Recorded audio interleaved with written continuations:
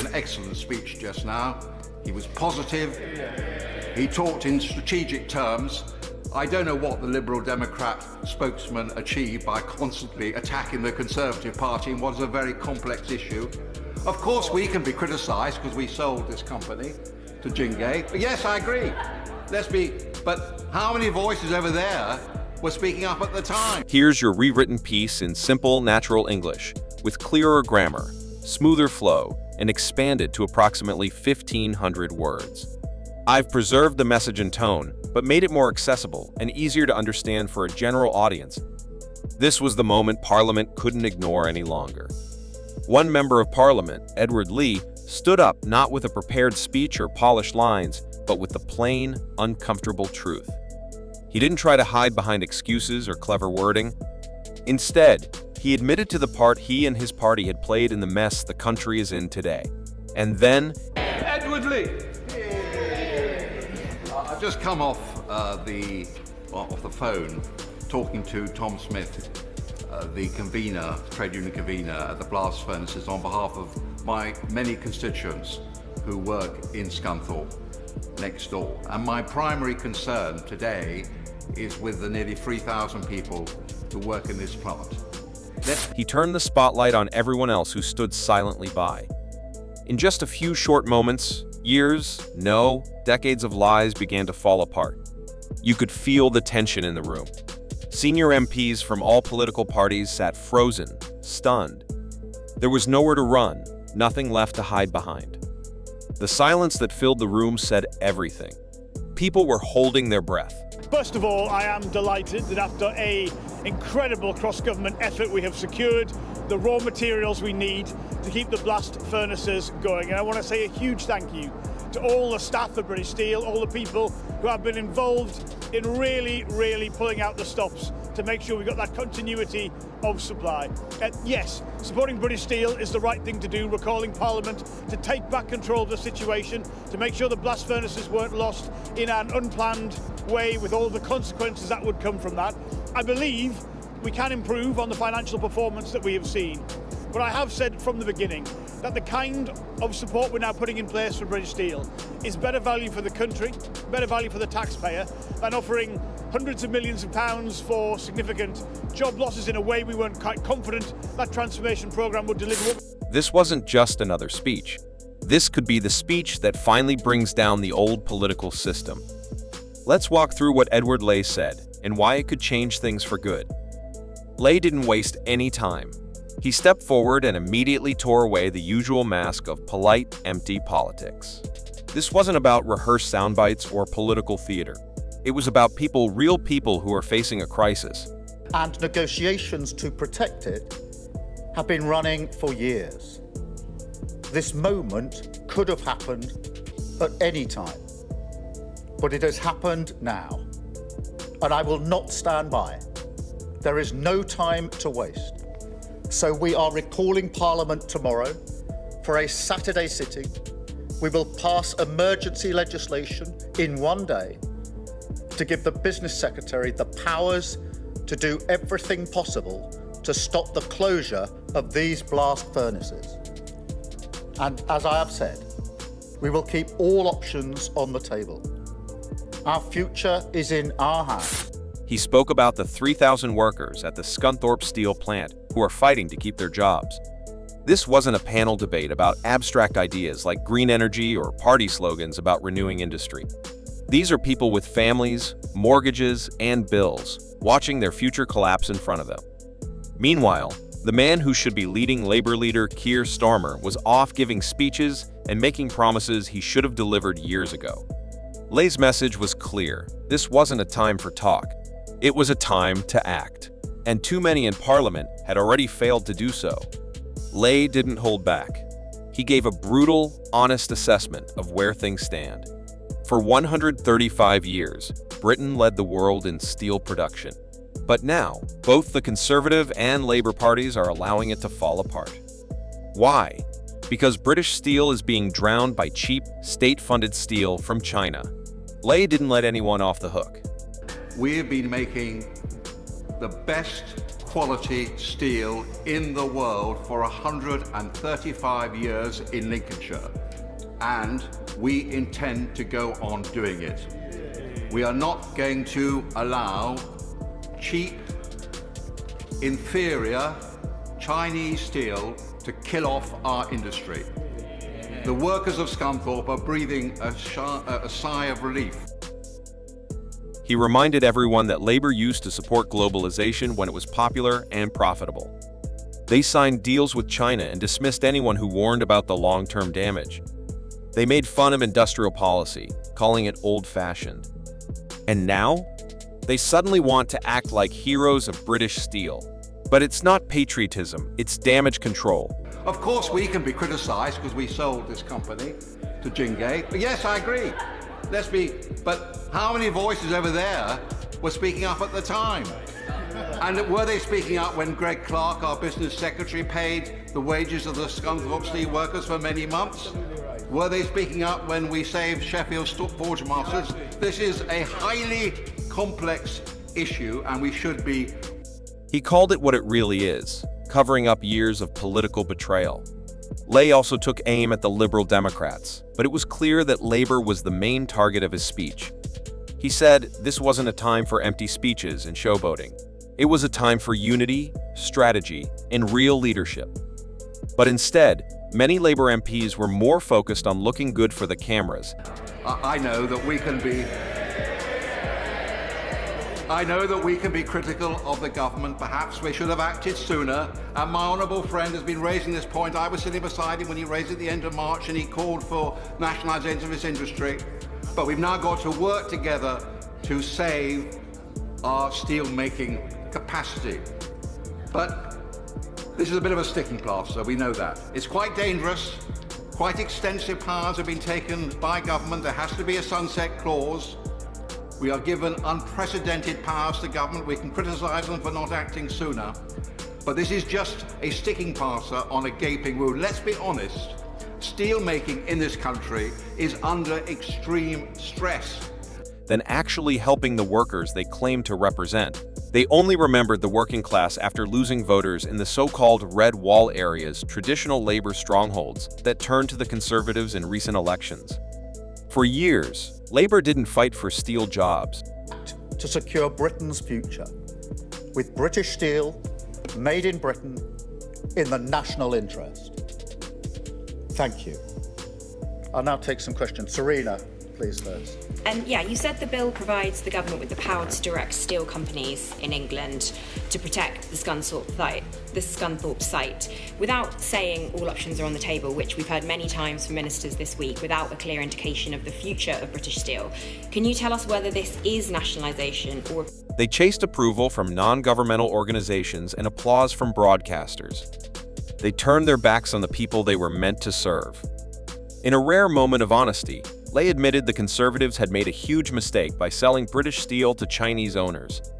But then he turned his focus back on Labour. Where was Labour's outrage? He asked. And why is that? Why are we loading the most expensive energy costs on our own steel production? Why is Scunthorpe paying almost twice as much in energy costs as in South Korea or in America? High energy prices make UK steel expensive to produce and uncompetitive versus our European counterparts. The average price paid by UK steelmakers for 24-25 was £66 a megawatt hour, compared with the German price of 50 and the French price of 43. We are making our own. Where was the resistance? There wasn't any. They stayed quiet. Not because they didn't know what was happening, but because they didn't want to rock the boat. They were afraid of losing favor with elite circles in London. Their silence, Ley said, wasn't a mistake. Uncompetitive. We have to stop these green energy costs. We have to be realistic. I see that the Secretary of State for Net Zero has now left, but get real. You know, we can take it into public ownership now, but if we go on loading these costs in our industry, we will be coming back month after month, year after. It was a choice, a deliberate decision to look the other way. Now, they want praise for doing too little, too late. They want credit for trying to clean up a mess they helped create. But it's not leadership, it's panic. Lay also took aim at the Labour government's recent steel industry plan. Labour tried to present it as a big step forward. But according to Lay, it's nothing more than a quick fix to avoid embarrassment. But we have to get real about China too. Was it not obvious for weeks, indeed for months, that this company, this so-called private company, there is no such thing as a private company in China. They're all under the cosh of the government, under an autocratic regime. What do they care about the steel workers in Scunthorpe? What do they care about our national interests? So never again, colleagues, must we allow a strategic industry like this to fall into the hands of the Chinese, the Russians, or anybody else. I'm going to give way. I'm going to finish in a moment. I've made my point. So, it's like putting a Band-Aid on a wound that's been ignored for years. The steel industry is bleeding out, and this new policy is only being rushed out now because the failure has become public. If it weren't for the pressure, they would have stayed silent. This isn't about saving British steel. It's about managing the optics of a collapse. And there's a deeper problem that no one in government seems willing to address: energy costs. Lay highlighted how energy prices in the UK are nearly twice as high as in countries like South Korea or the United States. That's a direct result of green energy policies and environmental taxes pushed by both Labour and other parties. These policies may sound good in speeches, but in reality, they're making it impossible for British industry to compete globally. Factories can't afford to stay open. Jobs are disappearing, and families are paying the price. According to Lay, Labour doesn't want a strong industrial Britain. just try and... Oh, I'll give way to the Honourable Lady. Go on. I am extremely grateful to the Honourable Gentleman for giving way. I would just like to ask him to clarify whether he was aware that the Chinese company that is now in possession of British Steel was actually sold it by a Conservative government of which he was a part. Well, of course I'm aware, because I've just said it. I've just admitted that it was a mistake, but I've asked everybody here, what were they saying at the time? Of course, silence. Silence! It's easy to be wise. They want a version of the country that exists more in museums and documentaries, where the only jobs left are influencers, government consultants, and activists. Lay said what many people outside of Westminster already know: Britain is losing. And not because it isn't capable, not because British workers aren't skilled or dedicated, but because government policies have tied their hands. While countries like China, India, and America focus on growth and strategy, Britain is trapped in a moral performance with politicians more worried about looking good than doing good. Starmer didn't save British Steel, Lay argued. He simply showed up when it was already too late, carrying a fake wreath and hoping for a good headline. Lay drew a clear line. No more selling Britain's key industries to foreign governments. But again, he asked, where was Labour when it mattered? Why didn't they fight for these industries years ago? They didn't. They were silent. Well, I'm worried about my steel workers. I'm worried about their future. I'm not worried. Of course. And now they act surprised that so many parts of Britain's economy are controlled by foreign interests. But Labour helped write that story. They helped write the obituary. During the speech, a Labour MP tried to score a political point by reminding everyone that it was the Conservatives who sold British Steel. But Lay didn't dodge it. He admitted it openly. Yes, the Tories sold it. And then he turned the question around. Where was Labour's outrage? The answer? Nowhere. They were silent.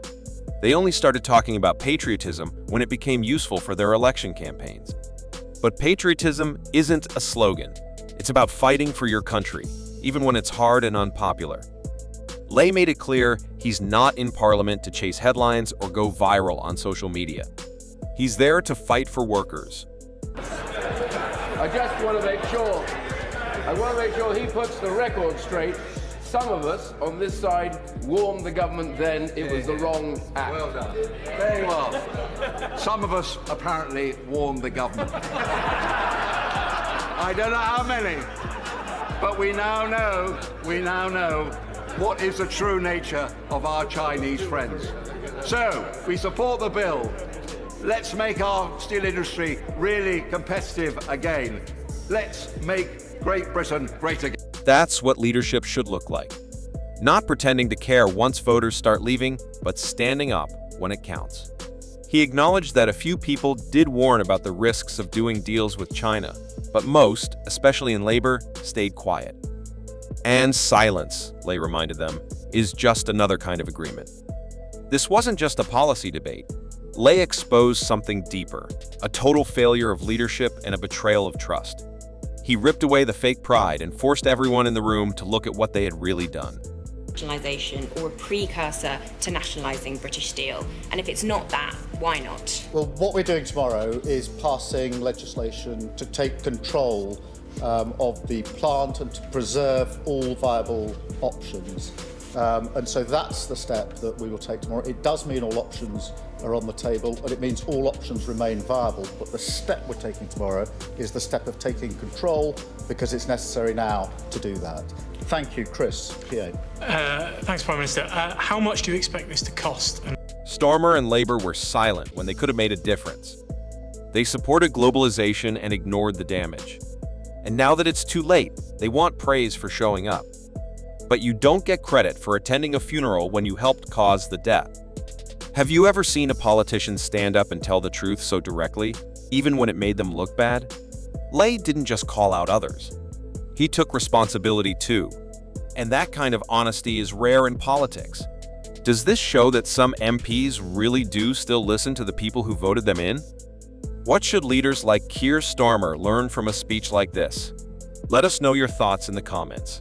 Where do you think things go from here, and can the truth finally change the game? Would you like this formatted into an article or blog post layout as well?